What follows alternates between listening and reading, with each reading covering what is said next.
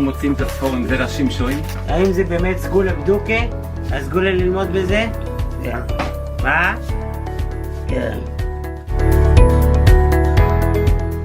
Erev Tov, good evening, Dobra V'Yetcher. We are in the Zera Shimshon on Parshas Vayeshev, and we're going to be doing Os Gimel, section number 3. Before we do that, let's take a look at a pasuk that the Zera Shimshon is going to open this piece with. This is at the very beginning of Parshas Vayeshev, Perek Lamed Zayin Pasuk Beis. The pasuk says, Eile Toldos Yaakov. These are the generations of Yaakov. Yosef ben Shvayas Shana. Yosef was 17 years old. Hayoroa es Echov Batzon. He was shepherding with his brothers, shepherding the flocks with his brothers. V'huna'ar es b'nei Vilha ve'es b'nei Zilpa. And he was a young man who spent time with the sons of Bilha and the sons of Zilpa, Neshei Aviv, the wives of his father. Vayove Yosef es dibosom ra'a. And Yosef brought bad reports about his brothers, El Avihem, to their father. In other words, to Yaakov. Yosef brought negative information that he claimed the brothers, about things he claimed the brothers did. And he brought those reports to his father. So that's the pasuk. Let's take a look at the Zera Shimshon now, Os Gimel, section 3. Pasuk. The pasuk says, "Vayove Yosef es dibosom ra'a v'chule." Yosef brought these evil reports, etc. That's the pasuk, of course, that we just saw. Perish Rashi. Rashi explains, "Uvishloshton loka." For the three things, the three evil reports that Yosef brought to his father Yaakov, he was loka, he was struck, meaning he was punished. And we'll talk about what the three things were in a moment, because Rashi is only going to give one example. Here, the Zera Shimshon is only going to quote the first example. Al diba shesiper alehem, on the bad report that Yosef told about his brothers, shahayu ochlim me'ever min achai, that they ate the limb of a live animal. In other words, before slaughtering an animal while it was still alive, they would just cut off a piece of it and eat it. And that was something that Yosef claimed his brothers did. He was punished for that. Vayishchatu seir izim, because when Yosef was sold, it says the brothers slaughtered a ram, and you dipped his tunic into the blood of the ram to send to the father. B'mechiroso, that was a reference to the sale of Yosef. So the sale of Yosef happened, Rashi seems to be saying, as a punishment, or as a mida, as a mida keneged mida, measure for measure punishment, because he told his father that the brothers ate Aver min achai, v'chule, etc. So the Zera Shimshon is going to continue, and he's going to focus on that particular statement about the accusation that Yosef made about eating the limb of a live animal, and then also how that connects to the brothers slaughtering a goat when they sold Yosef. But let's just pause for a moment so we can mention the Rashi a little more fully. What are the three, in terms of the three evil reports? So Rashi says the first one, as we just saw, was that they ate the limbs of live animals. The second one was that that the brothers were making fun of the sons and treating disrespectfully the sons of Bilha and Zilpa, and calling them avodim, calling them slaves. Yosef said that they used to do that, and that was inappropriate behavior on their part. And the third thing was, he said that they were suspected of engaging in arayos, sexual immorality, actions of sexual immorality, and he told that to his father as well. And in terms of the punishment for each one, Rashi says, because of the accusations about calling the children of Bnei Bilha and Zilpa slaves, Yosef was punished for spreading that report by being sold as a slave. And for the report that he gave about the brothers being suspected of sexual immoral behavior, he had the episode with Potiphar's wife, where she wanted to be with him, and in the end he ran away. She held on to his clothing and was able to tell her husband a false story about him, and he ended up being accused of trying to rape the wife and went to prison. So those are the three things that Rashi talks about. Now let's go back and continue in the Zera Shimshon in the next paragraph. Kosher, there's a difficulty here. Ma nilka Yosef b'shchita so'ir zeh.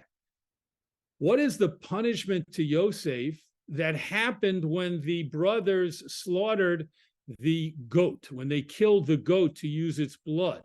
How is that action a punishment for Yosef? De bishlomo al mashes siper aleihem. It makes sense when we say that because Yosef told on them, shehayu korin le'echav avodim, when Yosef told his father Yaakov that the brothers were calling the sons of Bnei Zilpah and Bilhah and Zilpah avodim, slaves, nicha, we understand what his punishment was. Shenimkar le'eved, Yosef was sold as an eved. So it's a very clear midah keneged midah. It's a very clear measure for measure punishment. Aval shchitas seir izim, but the slaughtering of the goat, ma lekus hu zel Yosef. In what way is that a punishment for Yosef? Af im nomar sheshchotuhu, top of the next column. And even if we say that they slaughtered the goat lefonav, right in front of him, kodem michiroso, before they sold him. In other words, even if the brothers took the goat, brought it in front of Yosef and said, listen, we want you to understand what we're about to do here. We're going to slaughter this goat, dip your coat in the blood and send it to our father and tell him that you were killed by a wild animal.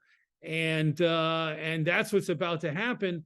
Still, Zera Shimshon says that would, of course, been a painful, that would have been an unpleasant experience. But the actual slaughtering of the goat wouldn't have been something that was considered a punishment. Apparently, a punishment for Yosef. How Yosef didn't know the goat personally and suffer because it was killed. Wasn't a pet of Yosef's, presumably. So what is it about killing the goat that was viewed, according to Rashi, as a punishment for his allegations against his brothers? The Ode, and another question, Lama tekef umiyad shachatu seirizim. Why is it that when we look in the narrative of the story, we see that very quickly after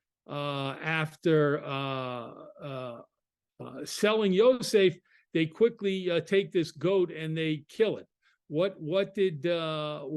is there seemingly such a close connection between the two things? So that's a second question. Both of the questions really are pointing at the same issue, which is, what is the underlying and fundamental connection between slaughtering the goat and any kind of punishment for Yosef, and what were the brothers trying to convey when they slaughtered the goat?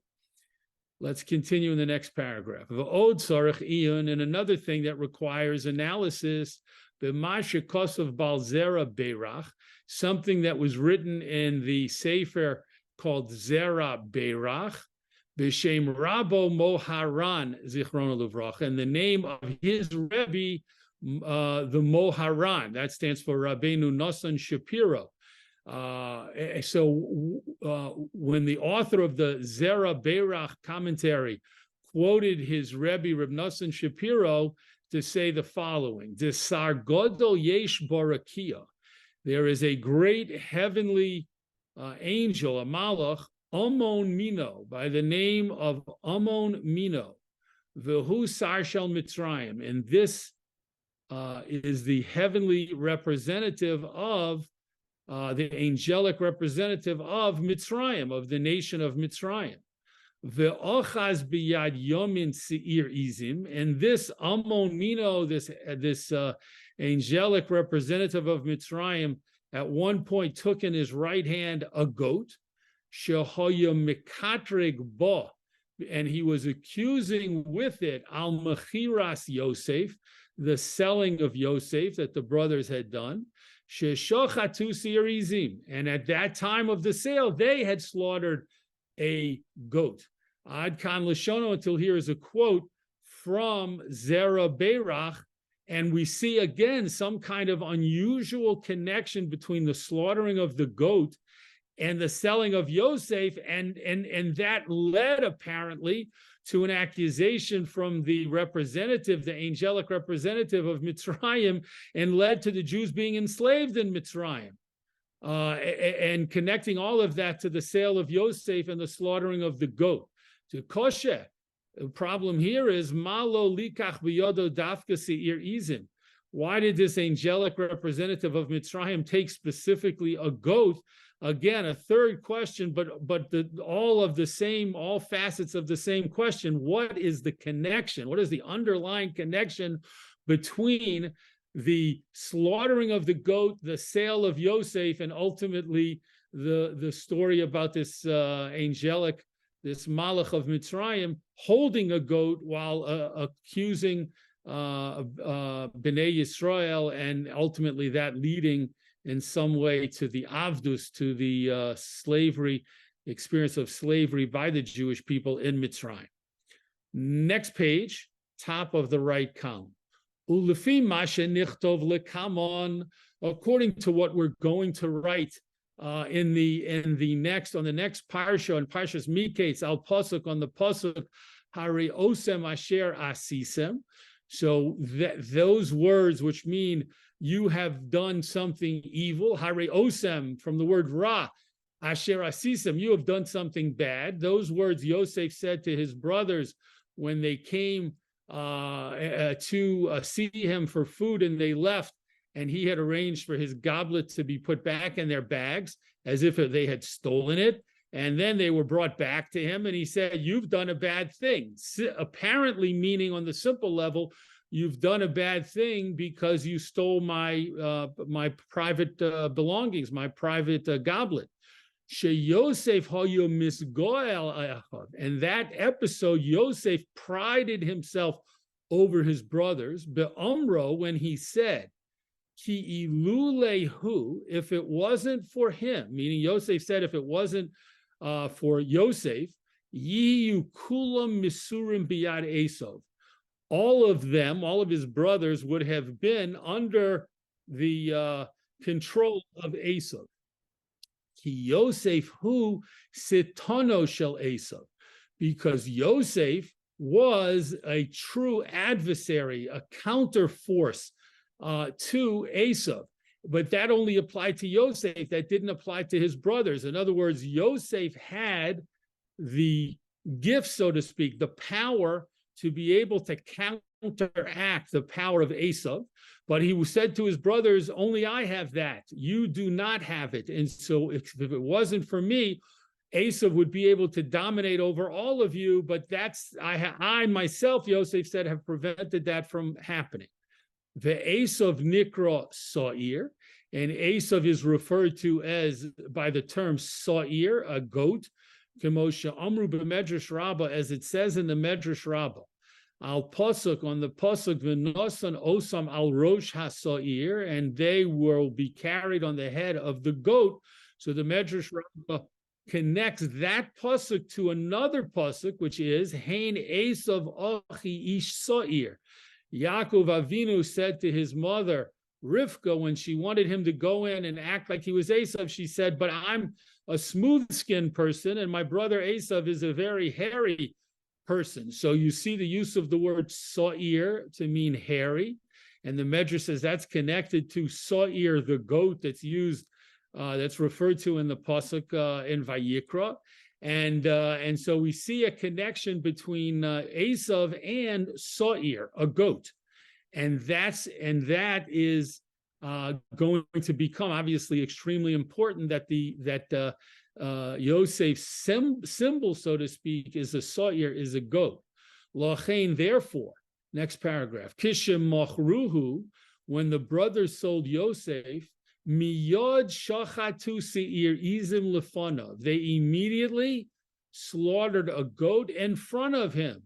Lirmos lo, to hint to Yosef, shebiyodam yesh koach, to say to Yosef, or to hint to Yosef that in their hands there is power, lehinotzel miyad hasoir, to be saved from the power of the goat, meaning Esav, al yedei ma'asehem hatovim, through their good actions. Ki al yedei hashchita shehi mitzvah, because through the act of slaughtering this goat, which is a mitzvah, it's a mitzvah to do shlita, proper shlita on an animal, yischalish koach hasoir, the power of the goat, Esav, could be weakened. So let's pause here to understand these very unusual ideas. So first of all, the first step is to realize that Yosef had said to his brothers that he had the special power to counteract the power of Esav, and he claimed that they lacked that power. And he told them this when he said, Hariosem asher asisem, you did a bad thing with what you did.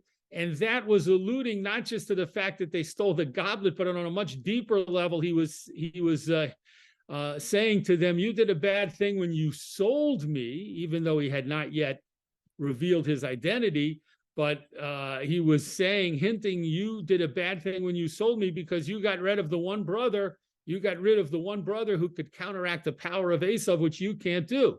So the brothers were responding to that accusation that he had said to them previously, and they slaughtered a goat, saying, look, we can slaughter the goat. We can fight off the power of Esav, who's represented by a goat.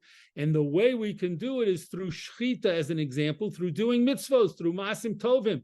So you, Yosef, it might be true. You might have an intrinsic ability to be a counterforce to Esav, but we can also accomplish that same goal, fighting off the dominance of Esav by doing mitzvos and masim tovim, and the example of that was the shlita that they did on the goat. So it was important to them to do the shlita of the goat when they sold Yosef, and to make sure that he was aware of it.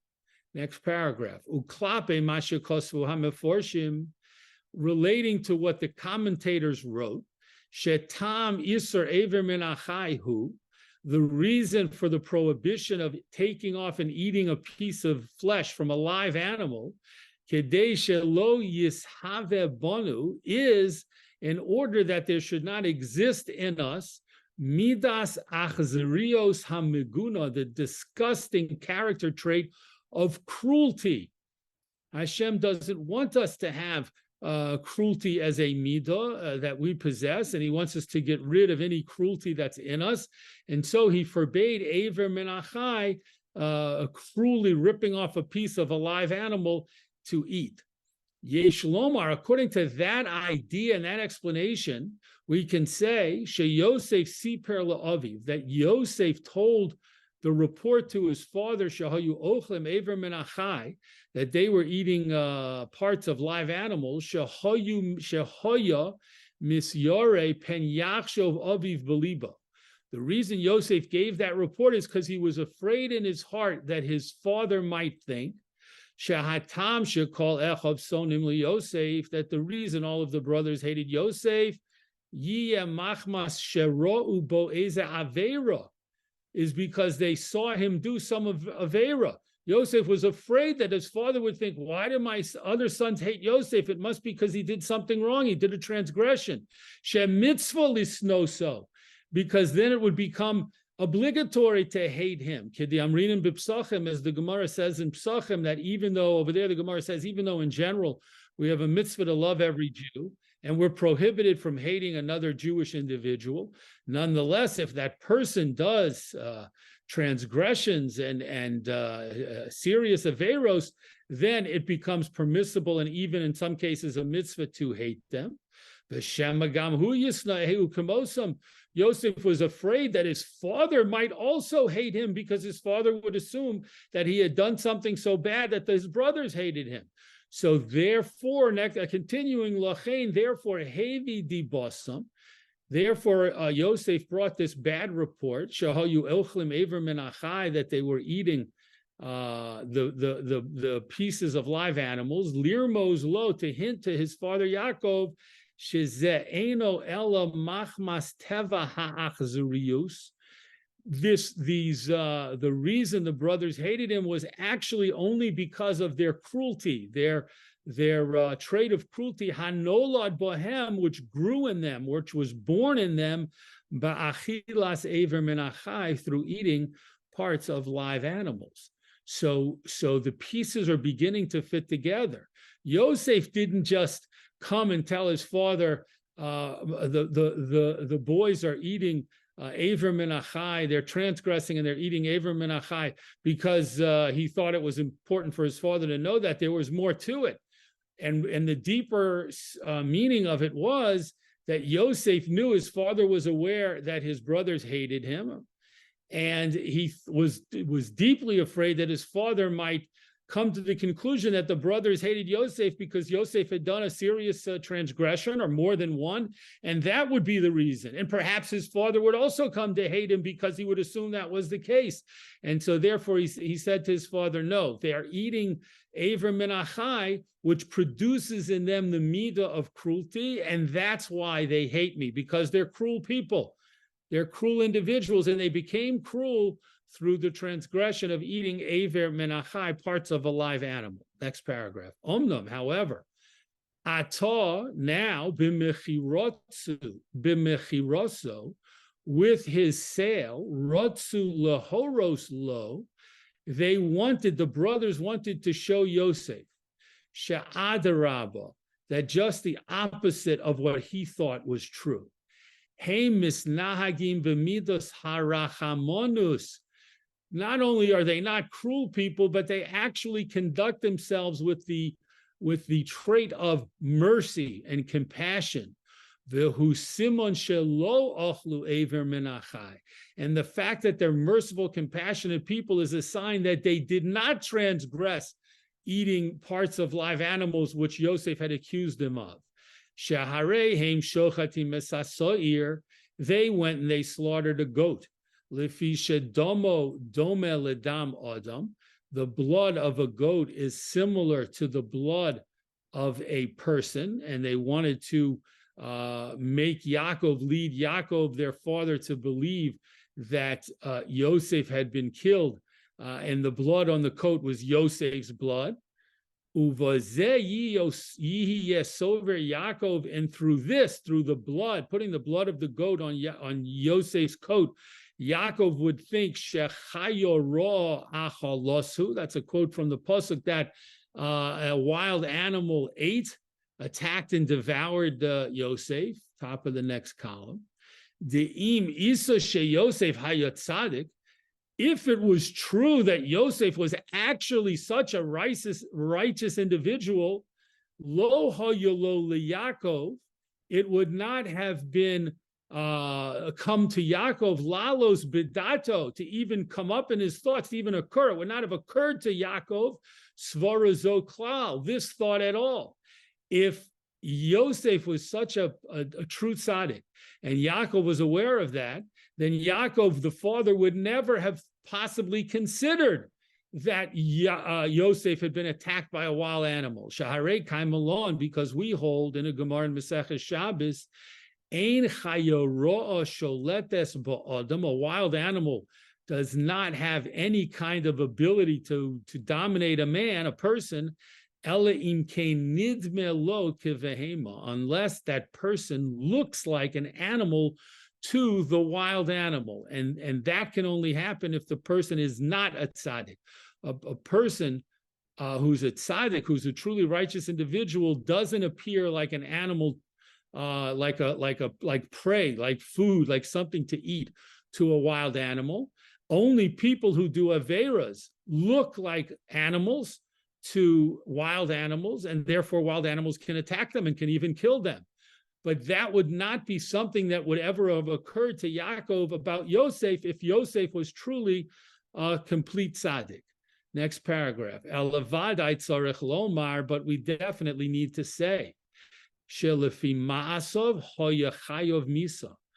According to Yosef's actions, this was the brother's allegation. According to Yosef's actions, he was obligated to the death penalty. He was liable to receive the death penalty.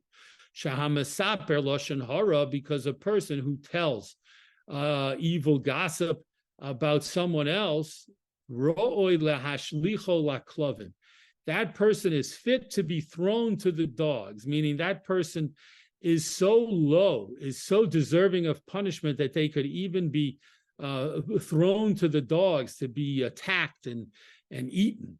Umin hadin hayu lecholim heim lehargo, and the brothers said, therefore, according to the law, according to the strict letter of the law, they could have killed Yosef. Forget about selling him. They were entitled, according to the law and according to their way of viewing the whole situation, to kill him, to execute him. Umashe mecharuhu, and the fact that they sold him, lo haya ela mimidas rachamonus, that was an example of their compassion and their mercy. They could have killed him, but they chose to depart from the actual strict letter of the law and only sell him, which demonstrated their mercy, their rachamim, their rachmonus.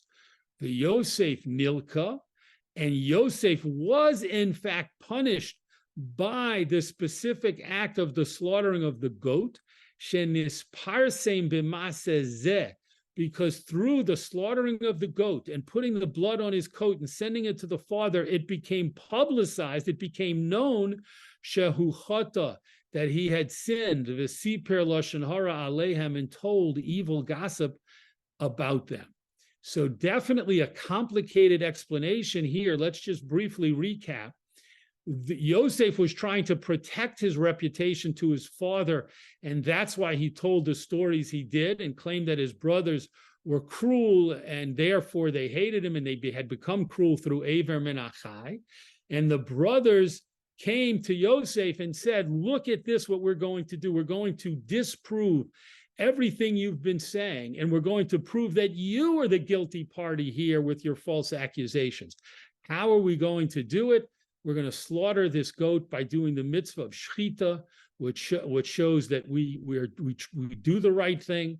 When we kill animals, we don't just kill them. We don't just eat their flesh. We kill them with shlita, and we're going to put the blood on a coat and send it to Yaakov, our father, and he's going to think that you were killed that way, which proves that in his mind you're not a total tzaddik, and you could only be killed by an animal if you had done averos, and those averos, those transgressions, were the lashon hara that you told. That was how Yosef was punished, specifically and directly by the slaughtering of the goat, and that was a message that they made clear, that the brothers made clear to him.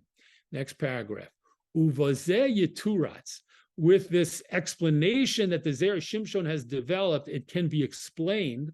Lama oso hasar, why did that heavenly angel, hayolokeach biyodo, the one that represented Egypt, why did he take in his hand dafka so'ir lekatreg? Why did he take a goat specifically when he wanted to make accusations against Bnei Yisrael, b'chule, etc.?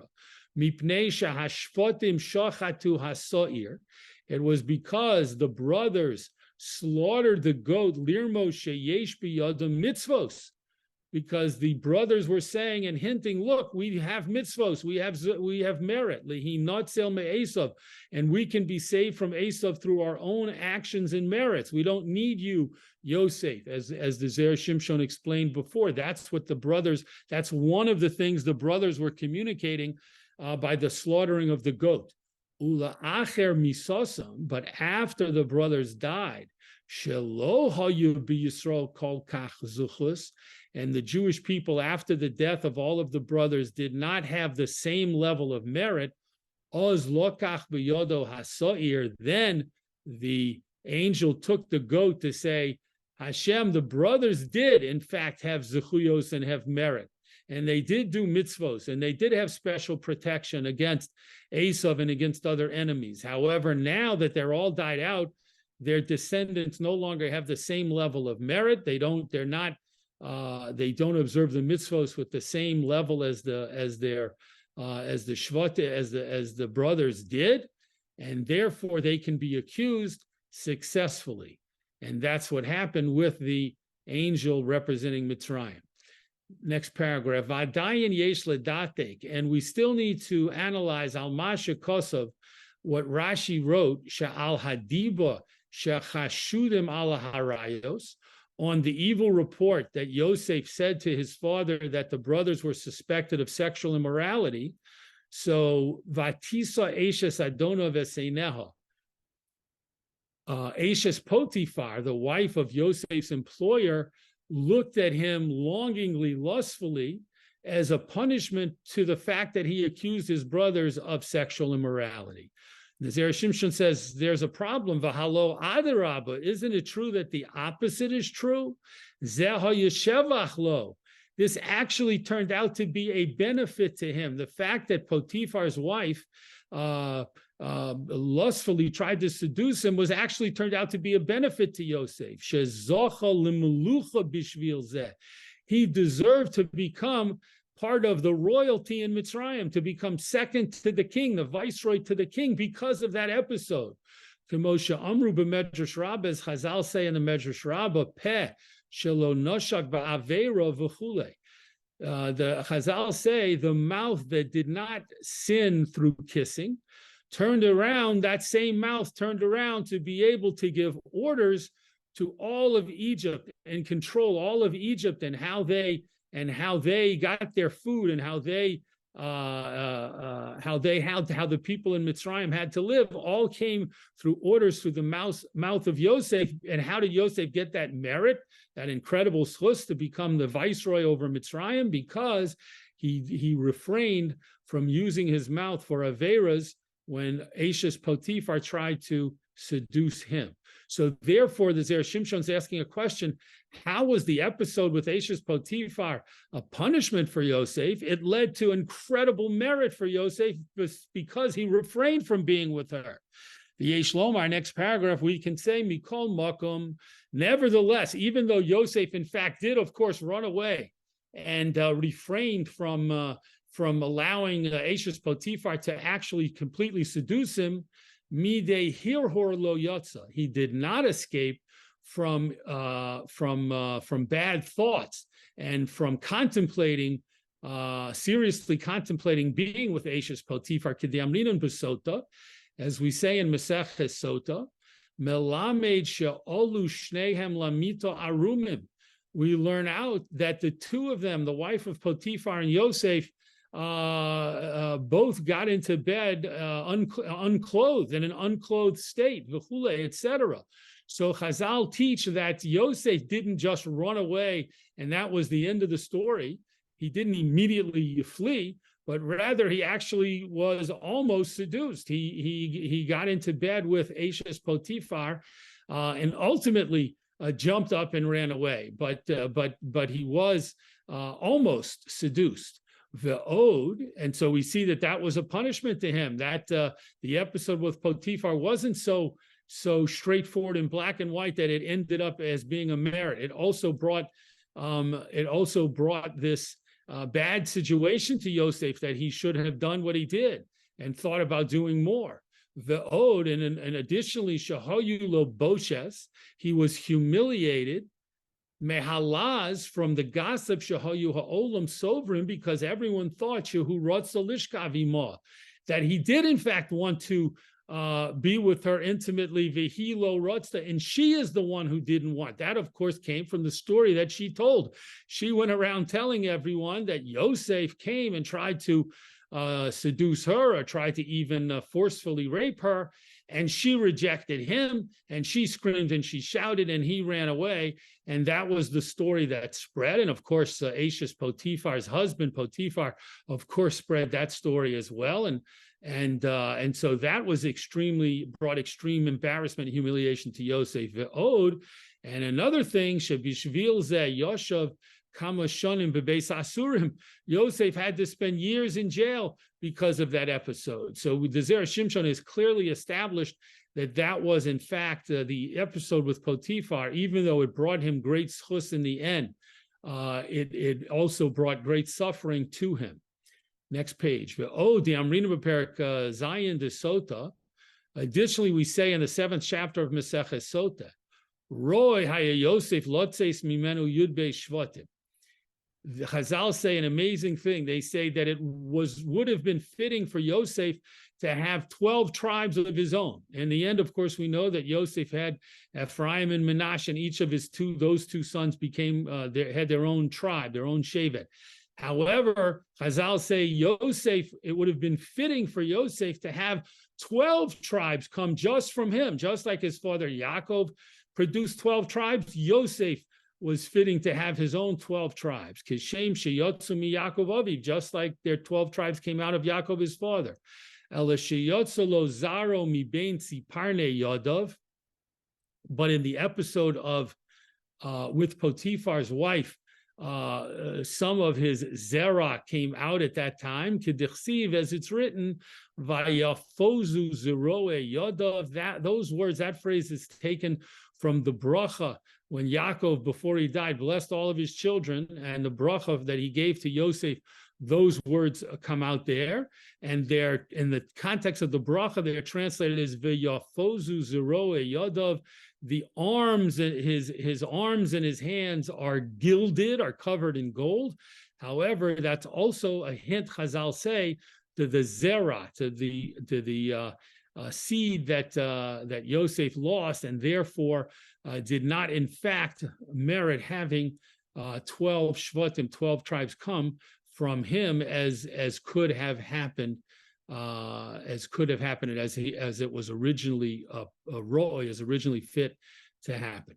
So the Zera Shimshon has taken us almost on a roller coaster ride with lots of different sources and explanations, all going back to explain to go back in the beginning and explain the medrash that Rashi brings down about Yosef telling evil reports about his brothers, and Zera Shimshon explained to us what Yosef's motivation was with these evil reports, and how the things played out, that Yosef ended up getting punished for each and every one of the evil reports that he brought to his father.